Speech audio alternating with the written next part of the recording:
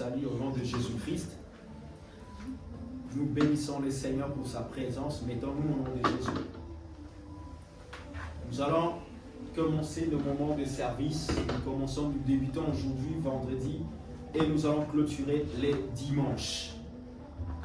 Nous allons parler sur quand l'Éternel ramena les captifs de Sion. Quand l'Éternel ramena les captifs de Sion.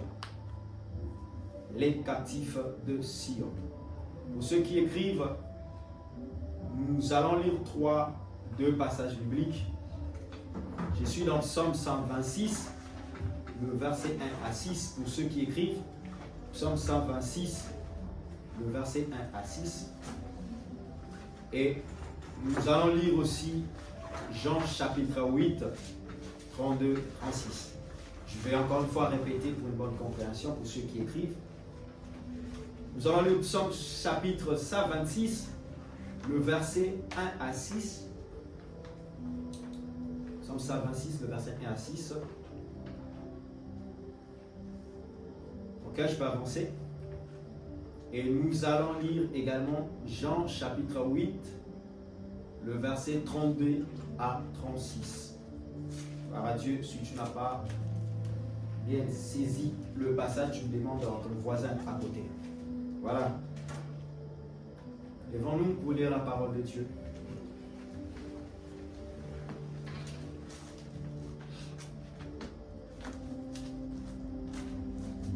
Gloire à Dieu. Nous sommes dans Psaume 126, le verset 1 à 6. 126, le verset 1 à 6. Je vais lire au nom de Jésus-Christ. Cantique de degrés. Ça commence cantique de degrés pour nous faire comprendre que c'est un cantique, un chant. Quand l'Éternel ramena les captifs de Sion, nous étions comme ceux qui font un rêve. Nous étions comme ceux qui font un rêve. Alors notre bouche était remplie de cris de joie et notre langue de chants d'allégresse. Alors on disait parmi les nations, l'Éternel a fait pour eux de grandes choses. J'aimerais te dire que Dieu fera pour toi de grandes choses. L'Éternel a fait pour nous de grandes choses. Nous sommes dans la joie. L'Éternel ramène nos captifs comme de ruisseaux dans le midi. Ceux qui sèment avec larmes, moissonneront avec chant d'allégresse. Celui qui marche en pleurant, quand il porte la sémence, revient avec allégresse quand il porte ses gerbes. Amen. Et nous sommes dans Jean chapitre 8, verset 32. Jean chapitre 8. Jean, c'est dans le Nouveau Testament. J'aimerais entendre quand même tes amens. Jean, c'est dans le Nouveau Testament. Jean chapitre 8, le verset 32. On est là? Gloire à Dieu. Donnez-moi envie de vous parler là. Amen. La Bible dit, vous connaîtrez la vérité et la vérité vous affranchira. Ils lui répondirent, nous sommes la postérité d'Abraham et nous ne fûmes jamais esclaves de personne. Comment dis-tu? Vous deviendrez libres. Verset 34, en vérité, je vous le dis, leur répliqua Jésus, quiconque se livre au péché est esclave du péché. Or, l'esclave ne demeure pas toujours dans la maison, les fils y demeurent toujours. Si donc le Fils vous affranchit, vous serez réellement libre. Est-ce qu'on peut répéter tous ensemble cette phrase à haute voix, s'il vous plaît? Si donc le Fils vous affranchit, vous serez réellement, vous serez comment? Gloire soit rendue à Dieu. Mettons-nous au nom du Seigneur. Que le Seigneur soit béni, que le Seigneur soit glorifié. Amen. Quand l'Éternel ramena les captifs de Sion, nous étions comme ceux qui font un rêve. C'était comme un rêve. Vous savez, des fois quand on vient à l'église, parfois on déclare que tu es guéri. Parfois, on déclare que le Seigneur visite ta situation, que le Seigneur te libère, que le Seigneur t'affranchit. Vous savez, il y a des gens qui prennent ça comme des aventures. Mais lorsque ça commence à se réaliser, c'est comme un rêve. Amen. Les résultats de l'Éternel, lorsque ça se réalise dans nos vies, c'est comme un rêve. Comme si tu étais en train de rêver. Mais ça devient une réalité. Je suis la première personne à croire à ce que Dieu dit dans sa parole. Je suis la première personne à mettre ma foi en ce que Dieu dit dans sa parole. Parce que je crois que le rêve doit devenir des réalités. Mais pour que le rêve soit devenu des réalités, il faudrait d'abord que Dieu nous fasse sortir de la captivité. Beaucoup se retrouvent dans la captivité.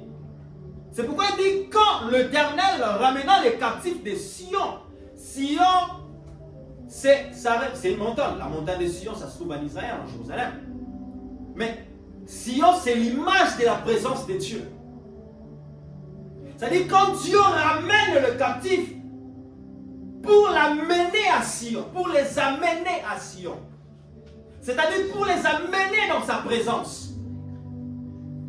Dieu les a libérés pour les amener dans sa présence. Ah, ils étaient comme ceux qui faisaient un rêve. Mais ce n'était pas un rêve. C'est pourquoi durant ces 3 jours, les captifs vont être libérés. Et voilà le message prophétique que le Seigneur me donne à nous dire et à dire à son Église. Que ça sera comme un rêve. Ce à quoi tu es en train d'attendre à Dieu, je crois que cette phrase est à toi. Ça sera comme un rêve. Mais au contraire, ça sera une réalité. Amen. Nous étions comme ceux qui font un rêve. Alors notre bouche était remplie de cris de joie. C'est comme ça que le Seigneur nous remplira des cris de joie. Lorsque nous verrons des résultats, lorsque nous verrons des solutions, nous serons comme des personnes, nous lancerons des cris de joie parce que l'Éternel est en train d'agir. Et notre langue de chant d'allégresse, alors on disait parmi les nations, l'Éternel a fait pour eux de grandes choses. Ce ne sont pas des paroles en l'air que je viens de dire, mais c'est des paroles de l'Éternel. Que les nations, les gens qui t'entourent diront que l'Éternel a fait pour eux de grandes choses. Nous ne servons pas un Dieu qui est mort. Jésus-Christ n'est pas quelqu'un qui est mort. Jésus-Christ est vivant. Amen. Est-ce que tu peux dire avec moi, Jésus est vivant? Confesse encore que Jésus est vivant. Mais, j'aimerais parler des captifs. Quand l'Éternel ramena les captifs, nous étions comme ceux qui font un rêve. Regardez dans Jean chapitre 2, Jean chapitre 8, que nous venons de lire. Jean chapitre 8, que nous venons de lire, si tu commences au verset 32, la Bible dit que vous connaîtrez la vérité et la vérité vous affranchira. Vous connaîtrez la vérité. Et cette vérité est censée de nous affranchir. Cette vérité est censée de nous rendre libres. Quelle est la vérité que vous devez connaître? Que cette vérité-là, c'est cette vérité qu'on est en train de vous prêcher. C'est cette vérité qu'on est en train de vous annoncer, la parole de Dieu. Et quelles sont ces vérités? Chacun de nous est censé découvrir une vérité dans sa vie. Vous connaîtrez la vérité et cette vérité va vous affranchir. En réalité, la vérité existe déjà. Mais ce qui doit nous affranchir, c'est la connaissance de la vérité. Jésus dit, je suis le chemin, la vérité et la vie. Il a la vérité, n'est-ce pas? Mais pour que la personne sache que Jésus est la vérité, il doit connaître Jésus. Il doit connaître cette vérité-là. C'est pourquoi il a dit, aussi longtemps que vous avez connu la vérité, et là, en ce moment, vous serez libre. Vous serez libre. Je vais vous donner un exemple. Dans Galates, la Bible dit, aussi longtemps que l'héritier est encore enfant, il ne diffère en rien d'un esclave. Héritier, enfant, mais il ne diffère en rien d'un esclave. C'est-à-dire qu'il n'y a pas de différence entre toi et des esclaves. Pourquoi? Parce que tu es enfant. Imagine, dans votre maison, vous engagez peut-être une nounou. Et la nounou maltraite votre enfant quand vous n'êtes pas là. Et maltraite qui? Elle maltraite qui? En fait, elle maltraite l'héritier ou l'héritière. Mais tant que cet enfant-là sait, il est encore enfant, lui-même il ne comprend pas en fait, ses droits dans cette maison. Il ne comprend pas qui il est réellement. Les jours où cet enfant-là va grandir et va connaître la vérité, que lui, il est l'héritier de cette maison, c'est ces jours-là que la situation va changer. C'est ces jours-là que la personne qui l'a maltraité ne va plus la maltraiter parce que l'enfant va commencer maintenant à l'intimer l'ordre. Pour lui dire que c'est moi l'héritier dans cette maison, donc c'est moi qui suis censé ordonner les choses dans cette maison. Est-ce que vous comprenez? L'ignorance rend les gens captifs. L'ignorance, ça tue. Pendant que Jésus est en train de dire que vous connaîtrez la vérité vous affranchira, les gens autour de lui, les pharisiens et eux tous, ils dirent, nous sommes la postérité d'Abraham. Et nous ne fûmes jamais esclaves de personne. Comment dis-tu? Vous devenez libre. Le Seigneur est en train de parler des choses spirituelles.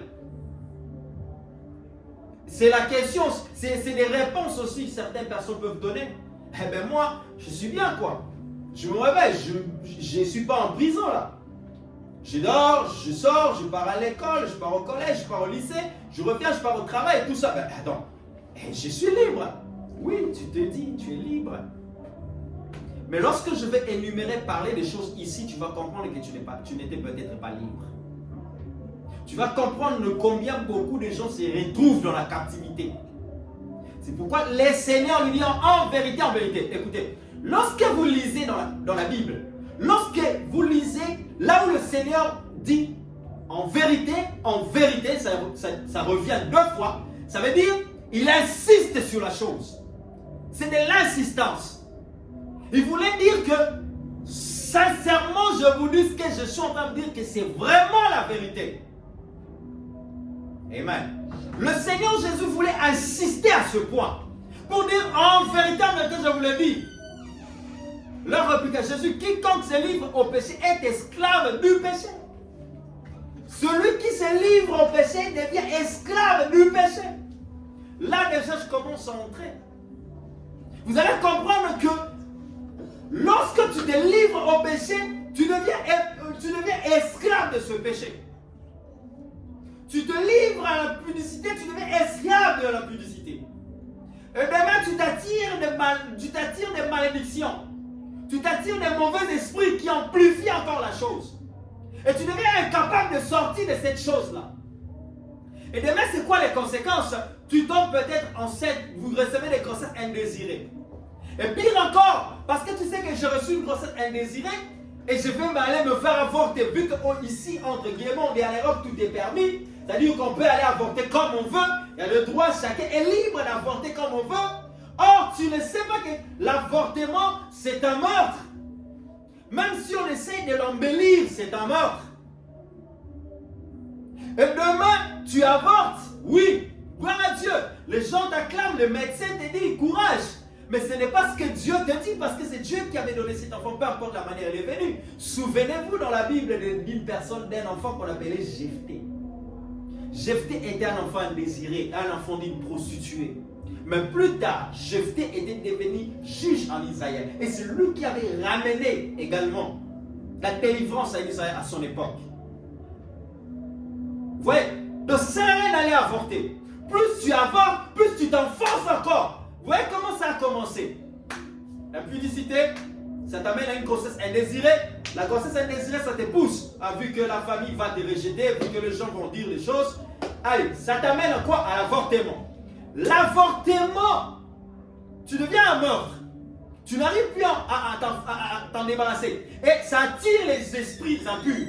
Et ces esprits-là te mettent dans la captivité. Et tu as maintenant une mauvaise vie. Donc, c'est-à-dire que tu peux maintenant aller avec plusieurs personnes sans te rendre compte et apporter comme bon te semble. Tu t'es mis dans la captivité. Un péché a amené beaucoup de péchés et beaucoup de conséquences. Et plus tard encore, ça ne se limite pas là. Demain, quand tu arrives à un moment donné, tu vas avoir des enfants, ça n'arrive plus. Pourquoi? Parce que ta vie, tu as mal marché. Tu as eu à avorter à Dieu. Mais maintenant, Dieu te dit, de la même manière que toi, tu as tué des enfants de manière volontaire. Aujourd'hui, tu veux que je te donne. Il va te les donner comment? Vous voyez comment les gens se mettent dans la captivité. Bon, tu vas dans l'alcool, tu dis, bon, je vais goûter un peu. Le fait de commencer à goûter, tu commences à t'enivrer, à prendre le goût et à t'enivrer. Et demain, tu t'enivres. Demain, tu commences à créer des dégâts. Tu commences à faire des dégâts. Ou à tabasser les gens, ou à casser les choses. Et la violence entre en toi.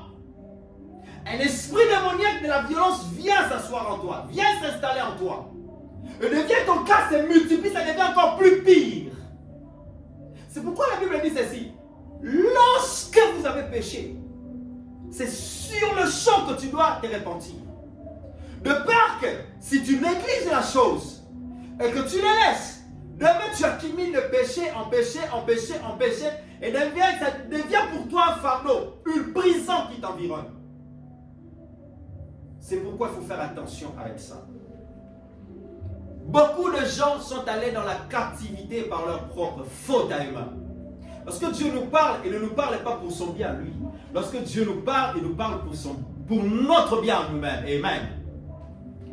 Quand la parole de Dieu parle de captifs, celle-ci parle des personnes qui ont été capturées. Des personnes, en fait, qui ont été retenues, enfermées et prisonnières, en fait. Et vous savez, beaucoup de gens se retrouvent dans des situations pareilles, de captivité, emprisonnés. Une personne captive et c'est une personne limitée.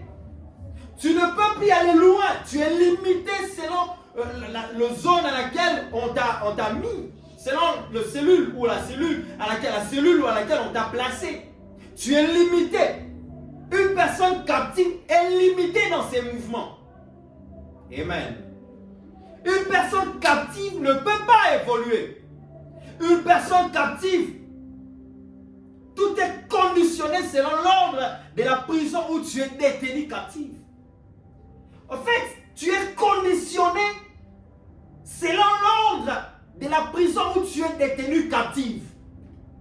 Hey, attends, toi tu es en prison, tu vas aller demander un shawarma ou un hamburger, un Burger King. Ils vont te donner un Burger King. Amen. Oh non, moi je suis en prison, donnez-moi un Burger King. Non, aujourd'hui tu te réveilles. Aujourd'hui, moi je vais manger, comment ça s'appelle déjà? Moi je vais manger un hot dog. En prison. Tu vas manger des choses comme tout le monde et des choses qu'on va te donner. Je ne sais même pas si ça va être bon ou pas. Tu n'auras plus le choix, tu n'auras plus le temps de choisir ce que tu veux manger. Donc tout est conditionné. Tout est conditionné. La vie de beaucoup de personnes est conditionnée aujourd'hui. Tu es conditionné par rapport à tes prisons à toi. Par rapport à des prisons en famille. Par rapport à des prisons, des choses qui se passent. Une personne captive, ta vie, en fait, tu vis avec un sentiment de tristesse comme si la vie que tu as aujourd'hui t'a été imposée. Beaucoup de gens vivent aussi pareil. Tu as un sentiment de tristesse comme si la vie que tu as, ce n'est pas ta vie à toi. Comme si c'est une vie qu'on t'a imposée. Alors que la Bible dit, si le Fils de Dieu vous a franchi, vous serez réellement libre. Tu ne dois pas avoir ce genre de sentiments comme si cette vie n'est pas ma vie. Ah, si tu as ce genre de sentiments, en fait, bien aimé dans le Seigneur, ça peut être aussi des signes qui attestent que tu es dans la captivité. Parce que la Bible déclare lorsque Christ est en nous, c'est la joie qui doit nous remplir. Nous devons être heureux, nous devons être joyeux. La captivité te prive de ta joie. La captivité te prive de ta paix. La captivité te prive de ton avancement. Tu ne seras plus en paix. Tu n'as plus la paix. Ni dans ta maison, ni auprès de tes amis, ni dans ton entourage, ni dans ce que tu fais, tu n'as pas la paix. La captivité limite la paix. Vous pensez qu'un prisonnier se réjouit quand on lui dit, bah, mon frère, tu vas en prison. Là, il va se réjouir. Même s'il était brigand de chez brigand, mais quand on lui dit on te condamne à peine capitale en prison, ce monsieur va toujours se plaindre. Parce que personne n'aime aller en prison. Ce n'est pas un endroit pour se retrouver. Personne ne se plaît dans la captivité. Amen. Amen. Est-ce que je parle à quelqu'un? Amen. La captivité, tu ne prospères pas. Tu ne t'épanouis pas. Dans tes études, tu ne t'épanouis pas. Dans tous les domaines de ta vie, il n'y a pas l'épanouissement. Rien ne s'épanouit, rien n'avance. Rien n'évolue. Les gens avancent. Tu as l'impression que tu es limité. Tu n'arrives jamais au bout avec la chose que tu veux commencer. Ça peut être des signes que tu es dans la captivité. C'est pour ça que quand l'Éternel ramena les captifs de Sion.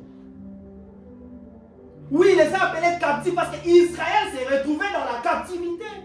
Ils étaient là dans la captivité.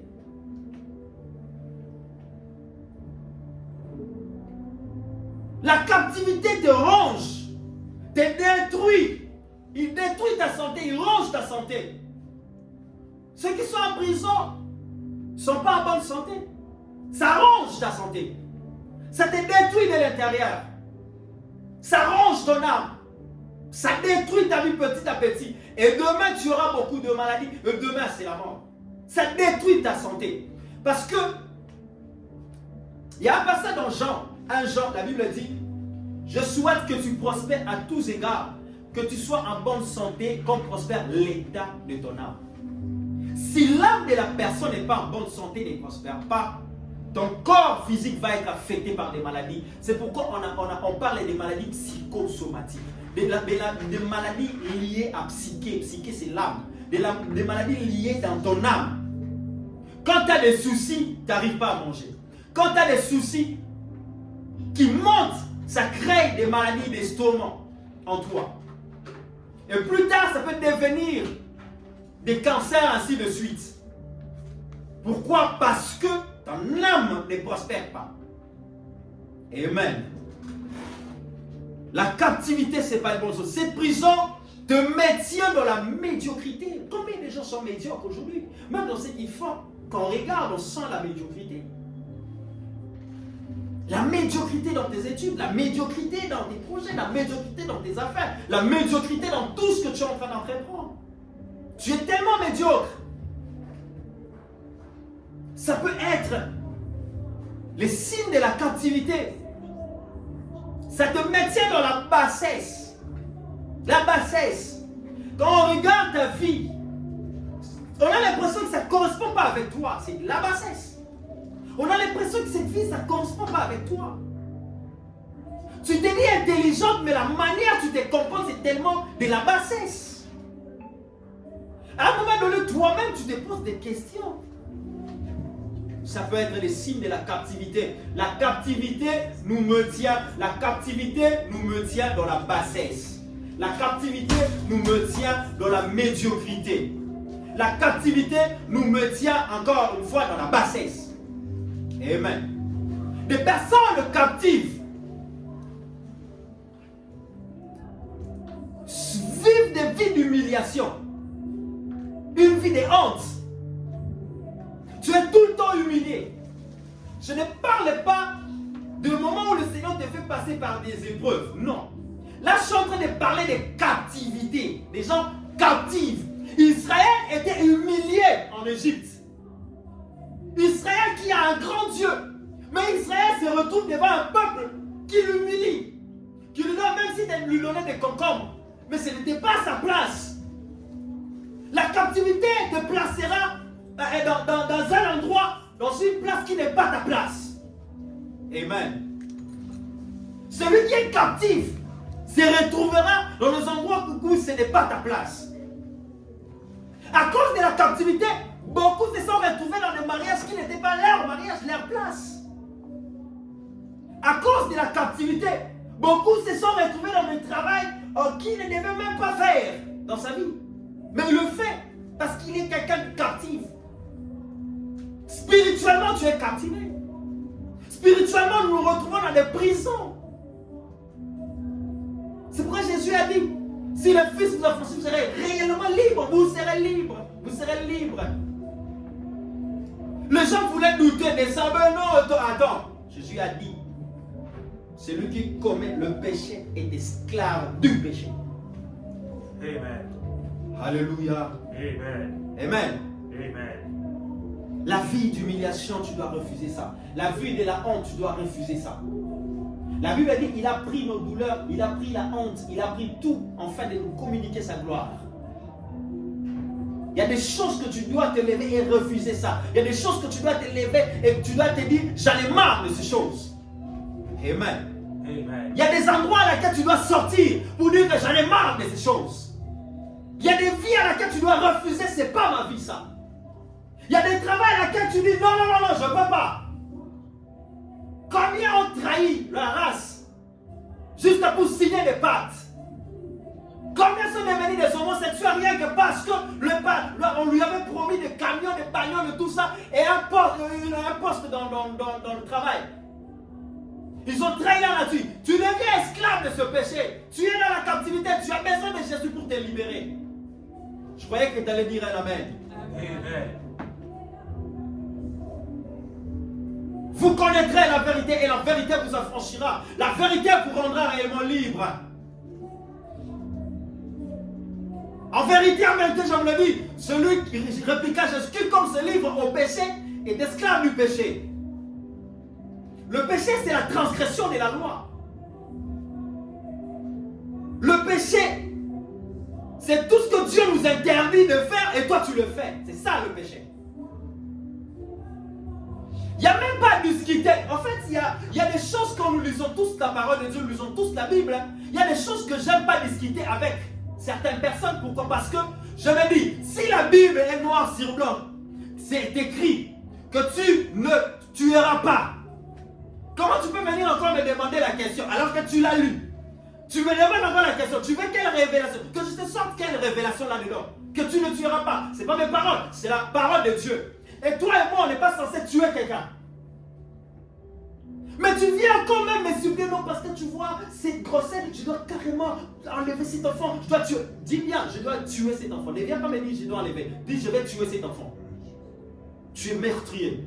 Je vais tuer cet enfant. Je vais enlever cet enfant. Et maintenant, tu viens chercher des conseils auprès des hommes pour qu'on te conseille quoi? Non, tu vois, ma soeur, vas-y, Dieu sera avec toi. Vous avez vu, et vous savez, lors de l'avortement, attention, on ne se moque pas de Dieu. Tu peux avorter comme ça, l'enfant sort vivant, toi tu meurs. Et cet enfant reste et devient quelqu'un dans la vie. Assume les conséquences. Et quand c'est arrivé, c'est arrivé. Quand c'est arrivé, c'est arrivé. Mais au monde, cet enfant peut devenir un jeté de demain. Alléluia. Amen. Nous-mêmes, nous nous retrouvons. Le péché, c'est la transgression à la loi. Comment est-ce qu'Israël se retrouva dans la captivité? Exode chapitre 1, le verset 1 à 22 nous parle. Israël se retrouve dans la captivité comment? Là, tu peux aller dans Genèse 15, le verset 1 à 15. Vous allez voir, c'est à cause d'Abraham qu'Israël se retrouva dans la captivité. Pourquoi? Lorsque Dieu a dit à Abraham, tu vas faire un sacrifice. Abraham a mal exécuté le rituel, les sacrifices à laquelle Dieu lui avait dit. À cette époque-là, l'ancienne alliance, on pourrait appeler ça. Quand je parlais de ça, c'est pas satanique, des choses pareilles. Non, je ne parle pas des rituels sataniques. Non, je ne parlais pas de ces choses. Je parle de l'ancienne alliance, des sacrifices que Dieu leur demandait pour offrir à Dieu. Alors, Abraham, il a pris 2 animaux, il a tué, et Abraham, il les a placés. Mais qu'est-ce qu'Abraham a fait? Quand il a vu, en fait, il y avait des animaux qui venaient pour manger la viande, Abraham marcha dessus. Tu ne peux pas marcher sur ça. C'est à cause de cet acte que Dieu lui a dit, Abraham, tes enfants se retrouveront dans la captivité pendant 450 ans. Les pères ont mangé le raisin et c'est le dent des enfants qui sont à casser. Abraham a commis un péché. Et à cause de lui, ses enfants s'est retrouvés dans la captivité. Amen. Amen. Heureusement qu'Abraham s'est racheté. Je dis bien heureusement qu'Abraham se racheta. Comment il s'est racheté? Lorsque Dieu mettait Abraham à l'épreuve pour lui dire tu me donneras ton fils, Abraham n'a même pas hésité. Il est allé offrir Isaac comme fils. Et Dieu a dit à cause de ta foi maintenant, je veux bénir tes enfants. Ils seront délivrés de la captivité. Je vais leur ramener vers la terre promise. Je suis en train de dire à quelqu'un, le Seigneur ne te voit pas seulement dans la captivité. Ce message ne sort pas pour te laisser dans la captivité. Mais ce message vient t'ouvrir les yeux pour comprendre qu'il y a des endroits que je ne dois pas rester. Je dois sortir de ces choses. C'est ce qu'on appelle, vous connaîtrez la vérité. Amen. Amen. Abraham, à cause d'Abraham, combien de gens se retrouvent aujourd'hui à cause de situations et des choses qu'ils ont fait? Leurs parents, leurs ancêtres, leur arrière-grand-père. Je ne te dis pas d'aller chercher ton arrière-grand-père. Mais à certaines choses, ça devient répétitif. Quand tu vois la chose commencer à se répéter, ton arrière-grand-père a fait ces choses. Ton grand-père, ton arrière-grand-père encore, arrière-grand-père a fait, l'arrière-grand-père, grand-père, ton père, et ça descend encore sur toi. Mon frère, tu dois chercher Dieu. Franchement, tu dois te dire, on se retrouve dans des captivités, c'est-à-dire dans des prisons familiales. Parce que c'était la famille. C'était la famille. Abraham, ses descendances. Et des choses que tu dois sortir de ces choses. Attends. J'ai vaincu, en fait, pas moi j'ai vaincu, mais Jésus m'a ouvert les yeux afin que je prie pour que la sinusite parte. J'ai souffert, quand je dis j'ai souffert longuement de la sinusite, j'avais vraiment souffert de la sinusite. Je ne peux pas être dans la chaleur, je ne peux pas être dans la poussière, je ne peux pas être, mes draps ne doivent pas être sales ou dégager des odeurs, mes habits ne doivent pas dégager, donc ça va vraiment me boucher les oreilles, les yeux, plutôt le nez. J'étais tellement mal à l'aise. Mais avec la parole de Dieu et en constatant dans ma famille, j'ai vu que c'était héréditaire. Et ce jour-là, j'ai dit non. Cette situation doit s'arrêter. Un bon jour, j'avais tout le temps des médicaments. Un jour, je me suis dit non. Je dois vraiment prier en fonction de ça. J'ai dit je vais jeter mes médicaments. Et je vais prier. Ça, c'est ma foi. Si ta foi te pousse à le faire, fais-le. Si ta foi ne le pousse pas, ne le fais pas. Tu vas mourir. Mais si tu crois en Jésus et qu'il est capable de le faire, vas-y, fais-le. Mais moi, c'est ce que moi je fais. J'ai pris mes médicaments, je suis en train de le jeter. Au moment où je jetais, après 30 minutes, c'est comme si on a pris des marteaux, on commençait à me taper là. Tac. J'avais fortement de douleur. J'ai dit, Seigneur, si aujourd'hui tu vas prendre ma vie parce que j'ai la foi en toi, prends ma vie. Je préfère, au moins je serai au ciel, là où il n'y a pas de maladie. Je dors par terre, dans le pavement, où il faisait trop froid. J'ai dit, je vais dormir par terre. Et je me suis endormi profondément. Et quand je me suis réveillé, la chose n'y était plus, jusqu'à aujourd'hui. Amen. Amen. Je vous dis jusqu'à aujourd'hui. Et ce qui commence à me déranger, c'est des pollens en fait. Et ça aussi, je vais prier encore en fonction de ça. Non, ma fille ne peut pas dépendre des pollens. Amen. C'est une sorte de fleurs ça. Alléluia. C'est-à-dire qu'il y a des situations à laquelle quand tu regardes dans ta famille, tu regardes des choses qui se répètent. C'est qu'il y a un tic, c'est qu'il y a quelque chose de pas bien.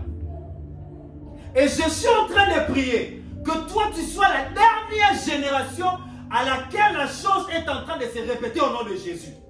C'est-à-dire que ça s'arrête par toi. Toi et tes enfants, vous n'allez plus vivre ces choses dans le nom puissant de Jésus. Amen. Et ça, c'est un bon parent. Un bon parent, c'est comme ça. Il veut voir ses enfants vivre heureuses, vivre mieux dans la vie. Comment être libéré de cette prison? Comment tu dois être libéré de cette prison? Premièrement, tu dois te repentir. Nous devons nous repentir. Acte chapitre 2. Acte chapitre 2. Acte chapitre 2, le verset 38. Le verset 38 dit ceci. Pierre leur dit, répentez-vous et que chacun de vous soit baptisé au nom de qui? Au nom de qui? Au nom de Jésus-Christ, pour le pardon de quoi? De vos péchés. Et vous recevrez le don du Saint-Esprit. Répentez-vous et que vous soyez baptisés par le Saint-Esprit. Que vous soyez baptisés au nom du Seigneur Jésus-Christ. Et vous recevrez le baptême du Saint-Esprit. D'abord, si tu veux, vous voulez vous sortir de ces choses. L'Esprit de Dieu vous aidera à localiser des choses qui se sont faites dans vos familles. D'autres personnes, comme dans Juge chapitre 6, là on parle de Gédéon. Gédéon, qui son père, dans la maison de son père, il y avait de l'idolâtrie dedans. En fait, il y avait des statues érigées des Baals. Le Seigneur voulait commencer une délivrance pour Israël. Il voulait commencer la chose avec Gédéon. Mais il ne pouvait pas commencer la chose avec Gédéon aussi longtemps que dans leur maison, il y avait ces statues de Baal dedans. C'est pourquoi il a dit à Gédéon, va d'abord dans la maison de ton père. Je suis avec toi, mais va d'abord dans la maison de ton père. Va renverser le statut de Baal qu'il y a dedans. Amen. D'autres personnes, c'est peut-être certaines religions occultes. D'autres personnes, vos parents ont été dans l'occultisme sans vous le dire. D'autres personnes, ils ont touché à des choses, à des cris-cris. D'autres situations, ça se répète parce qu'un tel a vendu ses enfants. D'autres choses, ça serait... Donc, il y a beaucoup de choses là-dessus.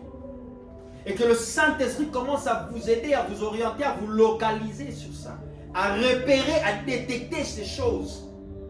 C'est à ce moment-là maintenant, la première des choses à faire, c'est une prière de repentance. La prière de repentance, c'est-à-dire, nous reconnaissons que dans notre famille, des choses se sont faites, Seigneur. C'est pourquoi vous allez constater des prophètes, de Jérémie, d'Ézéchiel, des Néhémie, quand ils faisaient leur prière. En fait, même si ce n'était pas lui qui a péché, mais des fois, il disait, Seigneur, pardonne-nous parce que nous avons fait ceci, nous avons fait cela, nous avons fait cela, nos ancêtres ont fait ceci. C'est-à-dire, il priait. Est-ce que les conséquences, lui aussi, il le vivait? Même si ce n'est pas toi qui l'as fait. Ce n'est pas toi. Mais tu te repens pour ta famille. Tu demandes le miséricorde, tu demandes pardon pour ta famille. Que Dieu pardonne tous les sacrifices qui se sont faits dans ta famille. Que Dieu pardonne tous les œuvres de la sorcellerie qui se sont faits dans ta famille. Que Dieu pardonne l'occultisme si l'un de ton père ou de ta mère était dans l'occultisme. Que Dieu pardonne des personnes qui ont vendu d'autres personnes pour. Encore un point. Vous savez, aujourd'hui, les gens qui vont dans les, qui essayent d'être des influenceurs dans le monde, ainsi de suite, beaucoup de personnes ont vendu leurs âmes au diable. Beaucoup de personnes vont se connecter à d'autres personnes et ils vont signer des trucs, ils vont faire des choses. Pendant qu'il fait ces choses, lui, il croit devenir influenceur dans le monde. Mais il ne sait pas qu'il est en train de condamner aussi sa génération. Il est en train de condamner sa génération. Il y a un artiste musicien, une musicienne américaine. La maman a été dans le temps dans la prostitution. Après la maman, si elle est sortie, gloire à Dieu. Mais elle a eu au monde une fille dans sa jeunesse. Et cette fille-là, elle voulait devenir comme des grandes stars, ainsi de suite, et tout.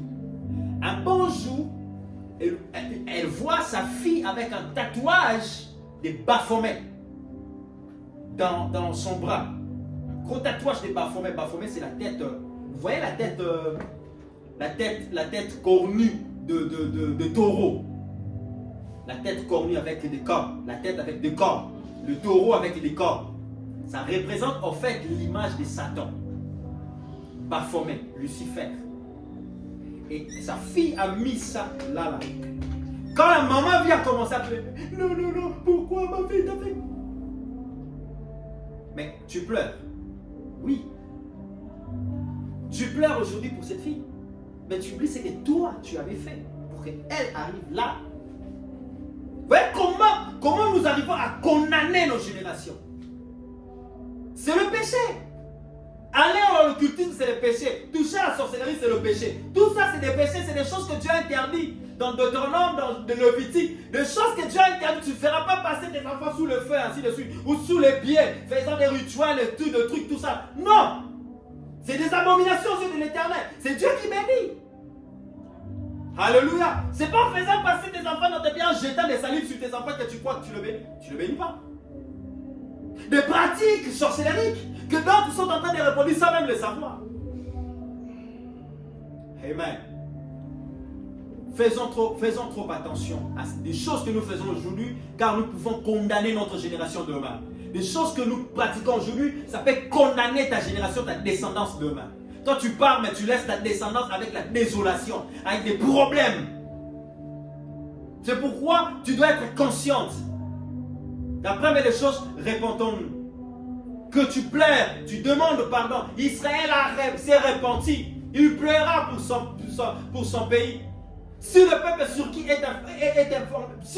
sur qui est invoqué mon nom s'humilie, prie et cherche ma face, Dieu dit, je me laisserai trouver pardon. Commencez d'abord par vous humilier pour votre famille. Demande pardon pour des pratiques, des choses qui se sont faites. Et après maintenant, le Seigneur va te pardonner parce que c'est lui-même qui fait que vous vous repentez. Et il va pardonner. Et là, il va remplir ta vie de son esprit. Et là, Jésus va encore vivre pleinement en toi et dans ta maison à toi. Amen. Remarquez une autre chose alors que j'atterris dans mon message. Vous allez remarquer une chose. Pour ceux qui n'ont pas accepté Jésus-Christ, doivent accepter Christ comme Seigneur et Sauveur dans leur vie.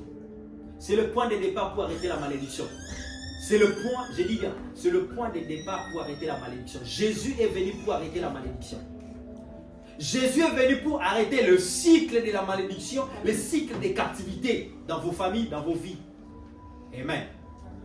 Voilà pourquoi, bien aimé, il faut avoir Jésus dans sa vie comme Seigneur et Sauveur de sa vie. Mais, quand tu as Jésus dans ta vie, je vais vous donner une illustration. Tout à l'heure, quand je priais, je disais à Dieu, Seigneur, mais quand je t'ai reçu dans ma vie, n'est-ce pas que toutes ces choses-là, la malédiction s'est arrêtée? Le Seigneur m'a dit, oui, exactement, la malédiction s'est arrêtée. Mais regarde, deuxième point des choses qu'on va faire. Lorsque tu prends un robinet, en fait, tu ouvres un robinet, l'eau, ça coule, non? Ici, là, ça remplit ici. Pour arriver à arrêter, pour que l'eau, ça ne coule plus, qu'est-ce qu'on doit faire? On doit fermer le robinet. En fait, Jésus vient, il est comme celui qui ferme le robinet. Maintenant, il y a l'eau, des flaques d'eau qui restent, qu'on doit enlever. C'est ça que tu dois maintenant prier avec autorité. C'est ça les prières d'autorité. C'est-à-dire les flaques d'eau où tu dois prendre tes torchons, torchonner, en fait passer la serpillère, ainsi de suite, pour enlever cette eau-là. Des faits qui se sont manifestés. Des choses qui sont restées. Les démons qui veulent s'accrocher encore pour continuer à s'accrocher à la chose que Dieu t'a... La malédiction, Dieu l'a déjà arrêtée. Mais il y a des esprits un peu qui vont vouloir réclamer des choses. C'est là maintenant que tu dois prier avec autorité. Que tu dois faire des prières d'autorité. Tu ne dois pas faire des prières tant que tu es devenu aussi longtemps l'héritier est encore enfant, il est différent de rien d'un esclave. Maintenant que tu es enfant de Dieu, maintenant que tu as reçu Jésus comme Seigneur et Sauveur et que tu es rempli de l'Esprit, tu dois maintenant commencer à user de ton autorité, à déclarer, à détruire les choses. Je croyais que tu allais dire un amen. Tu détruis les choses, tu détruis les choses. Je vais finir par ces passages qu'il va vous donner et c'est par ces passages qu'on va prier. Actes chapitre 19, verset 15 à 20. Actes chapitre 19, verset 15 à 20.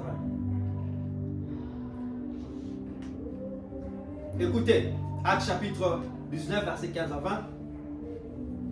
Tu peux lire tout le chapitre, mais moi je connais l'histoire, je commence par 15.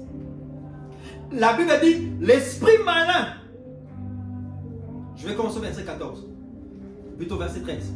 Quelques exorcistes juifs ambulants essayèrent d'invoquer sur ceux qui avaient des esprits malins le nom du Seigneur Jésus en disant, je vous conjure par Jésus que Paul prêche. Ceux qui faisaient cela étaient 7 fils de Séva, juifs, l'un des principaux sacrificateurs. Et je vais dire encore une chose. Ne pense pas que puisque tu es l'enfant du pasteur, que les démons ne peuvent pas t'atteindre. Attention. Ces 7 fils de Séva, leur père était sacrificateur. Il était sacrificateur. Mais vous allez voir par la suite ce que les démons ont fait à ces hommes. La Bible dit, l'esprit, verset 15, l'esprit malin leur répondit, je connais Jésus. Et je sais qui est Paul. Et vous, qui êtes-vous? Ça, c'est une question d'identité. À qui appartiens-tu? Est-ce que tu appartiens vraiment à Dieu? Est-ce que tu appartiens à Jésus? Est-ce que tu as vraiment donné ta vie à Jésus? Et l'homme dans lequel était l'esprit malin s'élança sur eux, s'est rendu maître de tous deux et le maltraita de telle sorte qu'il s'enfuit de cette maison nu et blessé, nu et blessé, nu et blessé. Et une seule personne possédée par les démons, il a tabassé 7 fils de 7 fils de Séva. Il a tabassé 7 personnes. Plusieurs de ceux qui avaient, verset 18 ans, plusieurs de ceux qui avaient cru venaient confesser et déclarer ce qu'ils avaient fait. Ils venaient faire quoi? Amen. Ils venaient faire quoi? Confesser et déclarer ce qu'ils avaient fait. Mais regardez la suite et la fin. Verset 19. Et un certain nombre de ceux qui avaient exercé les arts magiques, ayant apporté quoi? Leurs livres, et faisant quoi? Les brûleurs devant tout le monde, en estimant la valeur à 50 000 pièces d'argent. C'est ainsi que la parole du Seigneur croissait en puissance et en force. Tu peux lire un amen avec cette parole? Est-ce que tu peux lire avec moi? C'est ainsi que la parole du Seigneur croissait en puissance et en force. Cette parole que je vous prêche va croître en puissance et en force dans vos vies. La vérité qui a été libérée va croître dans vos vies en puissance et en force. Pourquoi la puissance et la force? Parce qu'il est venu faire sortir des forces de personnes qui se retrouvaient captives dans des prisons sataniques, dans des prisons familiales, dans des prisons je ne sais pas moi de quoi. Et la parole de Dieu est venue. C'est pourquoi la Bible déclare, vous connaîtrez la vérité vous affranchira. C'est la puissance de Dieu qui va libérer, qui va ramener Israël captif de Sion. C'est-à-dire, il te ramène les captifs en Égypte pour t'amener à Sion dans sa présence. Alléluia. Les gens apportaient leurs livres, les gens apportaient des choses. Ceux qui pratiquaient des arts magiques, ils venaient avec toutes ces choses. Ils venaient confesser publiquement. Moi, j'étais dans la sorcellerie. Ils ne cachent pas. On va prier la confession. Non, la Bible dit, ils venaient. Moi, Pierre, voilà. Ça, c'est des livres ésotériques. Des livres ésotériques. Faites attention à des livres que vous lisez. Faites attention à des choses que vous faites même dans des Facebook. Vous savez, aujourd'hui, les Saint-Esprit sont en train de m'orienter. Beaucoup de serviteurs de Dieu, beaucoup de servants de Dieu, et même des enfants de Dieu, et tout le monde se retrouve dans des captivités. Pourquoi? Vous allez sur Facebook, il y a certaines personnes qui publient, ils disent, lorsque tu introduis ça, tu écris simplement ton nom, ça va te donner ce que tu es. Ça va décrire qui tu es, ça va décrire en fait ton caractère, et ce que tu seras demain, c'est de la divination, la sorcellerie dans les réseaux sociaux. Amen. Et vous vous retrouvez dans ces choses. Et même les chrétiens, moi, tu les vois avec une photo à côté. Moi, je suis une femme, plutôt Elisabeth, une femme de caractère, une femme soumise, une femme joyeuse, mais on le détruit toujours. Il reçoit toujours des déceptions des gens. Et plus tard, il deviendra ça, il deviendra ceci. C'est de la divination, la sorcellerie. Ne t'étonne pas si demain ta vie ne marche pas. Tu veux aussi chercher des sorciers dans ta famille, regarde ce que tu fais. Les gens venaient avec des livres, même dans les réseaux sociaux, nous nous retrouvons avec des sorciers, des fétichards, des occultistes, et ils sont là ensemble avec nous. Ils sont là, vous publiez des choses. Venez, vous aurez du succès. Venez, vous aurez de l'argent. Venez, vous aurez ceci. Et machin. Tu veux captiver une femme. Viens, les secrets. Il y a même hier, j'ai bloqué une personne.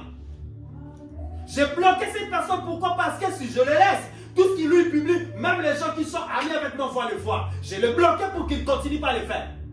Comment il s'est dit prophète? Mais lorsque je regarde, il dit, venez, je vais vous enseigner l'art mystique. J'ai dit, t'es malade, t'as un problème dans ton esprit. Alléluia. Le monde dans lequel nous nous retrouvons aujourd'hui, tous les pasteurs, les hommes de Dieu, les personnes qui veulent comprendre les secrets de l'art mystique de Dieu. J'ai dit, impossible, impossible. Le Seigneur n'a même pas utilisé ce genre de langage dans la Bible. Alléluia. Voilà comment on se connaît. Voilà comment on se connaît dans des malédictions. On se met nous-mêmes dans des positions de captivité. On devient, oh tu es qui? Ami. Vous savez ce qu'on appelle ami? Vous savez ce qu'on appelle ami? Ami, c'est une alliance. Jésus dit, je ne vous appelle plus des serviteurs, mais je vous appelle des amis. Parce que tout ce que j'ai appris, c'est vous le montrer. Et même sur Facebook, on devient amis avec tout le monde. Et les sorciers et les féticheurs, ils sont vos amis. Attends, quand tu te retrouves avec de tels amis féticheurs, tu penses qu'ils viennent faire quoi dans ta vie? Les voleurs ne viennent que pour détruire, égorger et tuer vos vies. Vous savez ce qu'on appelle l'envoûtement? Vous savez ce qu'on appelle les mauvais sorts? Quelqu'un peut prendre des livres magiques comme ça, commence à lire et à t'envoûter. Alléluia. On peut nous envoûter par 5 sens. Par les yeux, les gens peuvent t'envoûter. Oh non, il m'avait séduit par les yeux. On peut t'envoûter.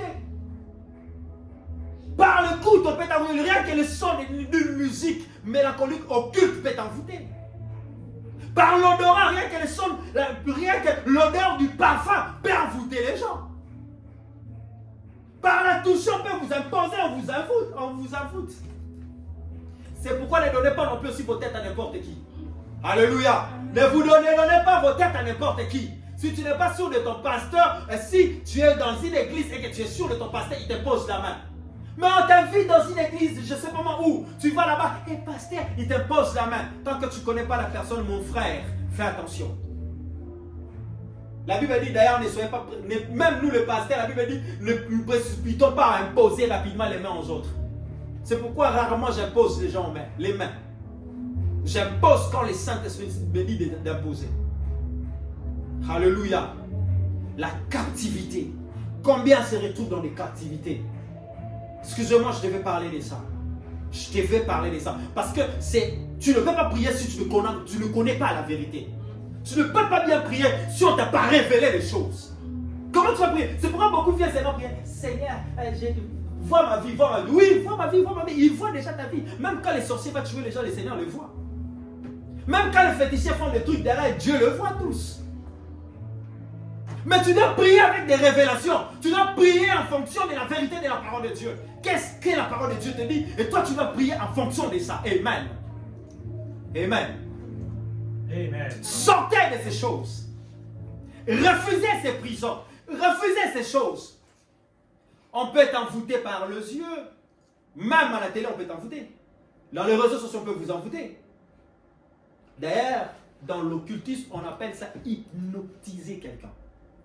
On peut te dire, tu regardes un truc, tu fixes. Tu es en train de regarder. Tu es hypnotisé. Les démons viennent s'installer en toi. Amen. Faisons trop attention. Le monde dans lequel nous vivons, ce n'est plus le monde d'hier. Hein? Aujourd'hui, on est tellement mélangé avec des mauvaises personnes. Le mal a tellement empiré que mon frère, même dans tes prières, tu ne dois plus faire des aventures. Quand tu pries, prie avec autorité. Un homme a dit, toute prière est importante à condition que tu sois saint. Mais prie mon frère. Si tu dois prier, tu dois détruire les choses spirituellement. Tu renverses les choses spirituellement. Tu déclares les choses spirituellement. Fais-les. Amen. Amen. Les gens venaient avec les livres. Les gens qui ont les arts magiques, ils venaient avec tous ces livres.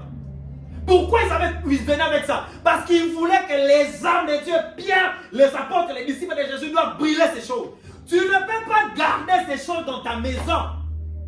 Ça s'appelle des objets familiers.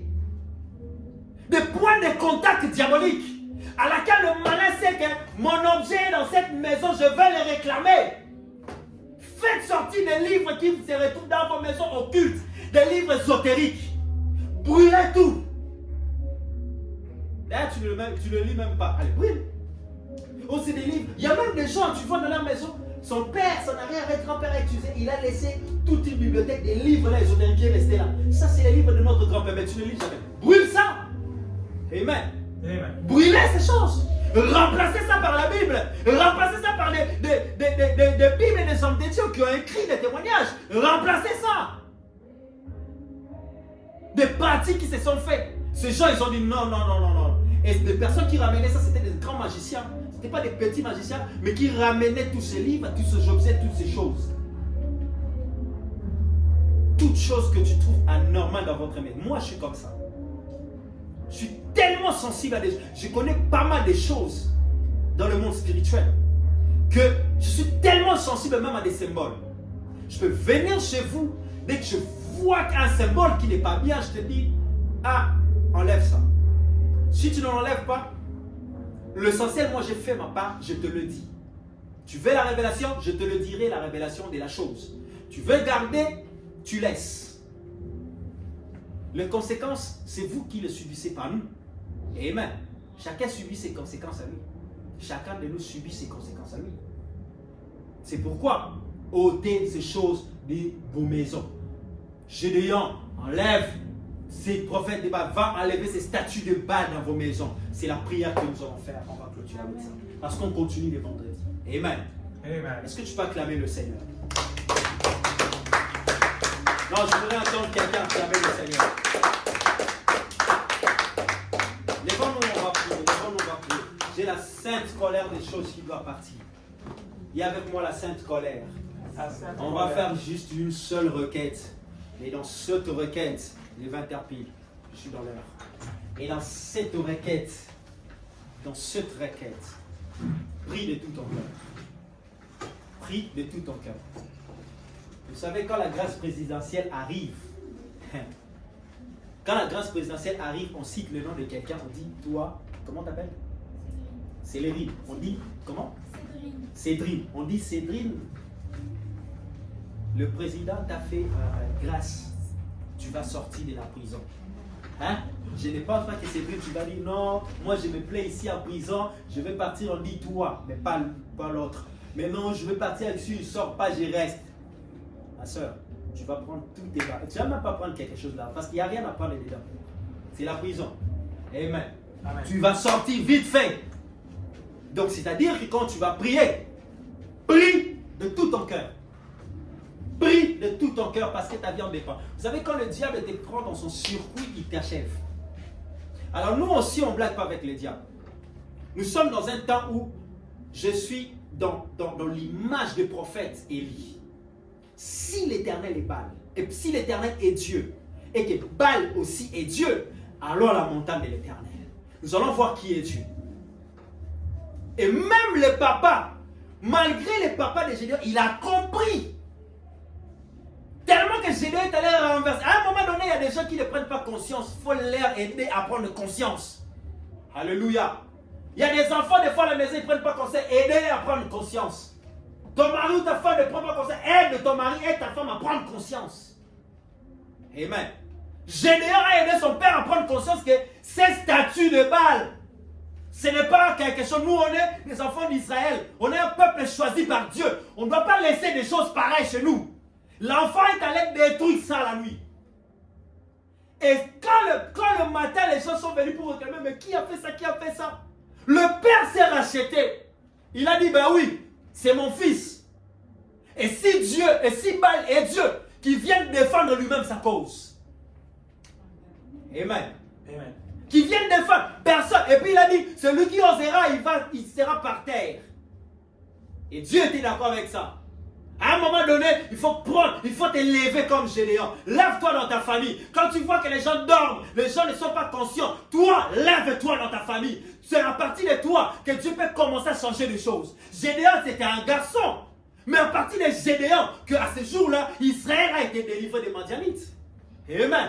Dieu peut délivrer ta famille à cause de toi, enfant. Dieu peut délivrer ta famille à cause de toi, papa, maman. Revêtez-vous de la sainte colère. Nous sommes dans un temps où on ne doit pas faire des aventures. Amen. L'heure est grave. Tu vas dire merci à Dieu par rapport à ce que tu as entendu. Remercie d'abord le Seigneur par rapport à ce que tu viens d'écouter. Dis à Dieu merci tu m'as ouvert les yeux. Ta parole m'a ouvert les yeux. Est-ce que tu peux prier au nom de Jésus? Commence à prier là où tu es. Commence à dire merci au Seigneur. Parce que la Bible déclare, vous connaîtrez la vérité et la vérité vous affranchira. La vérité vous rendra réellement libre.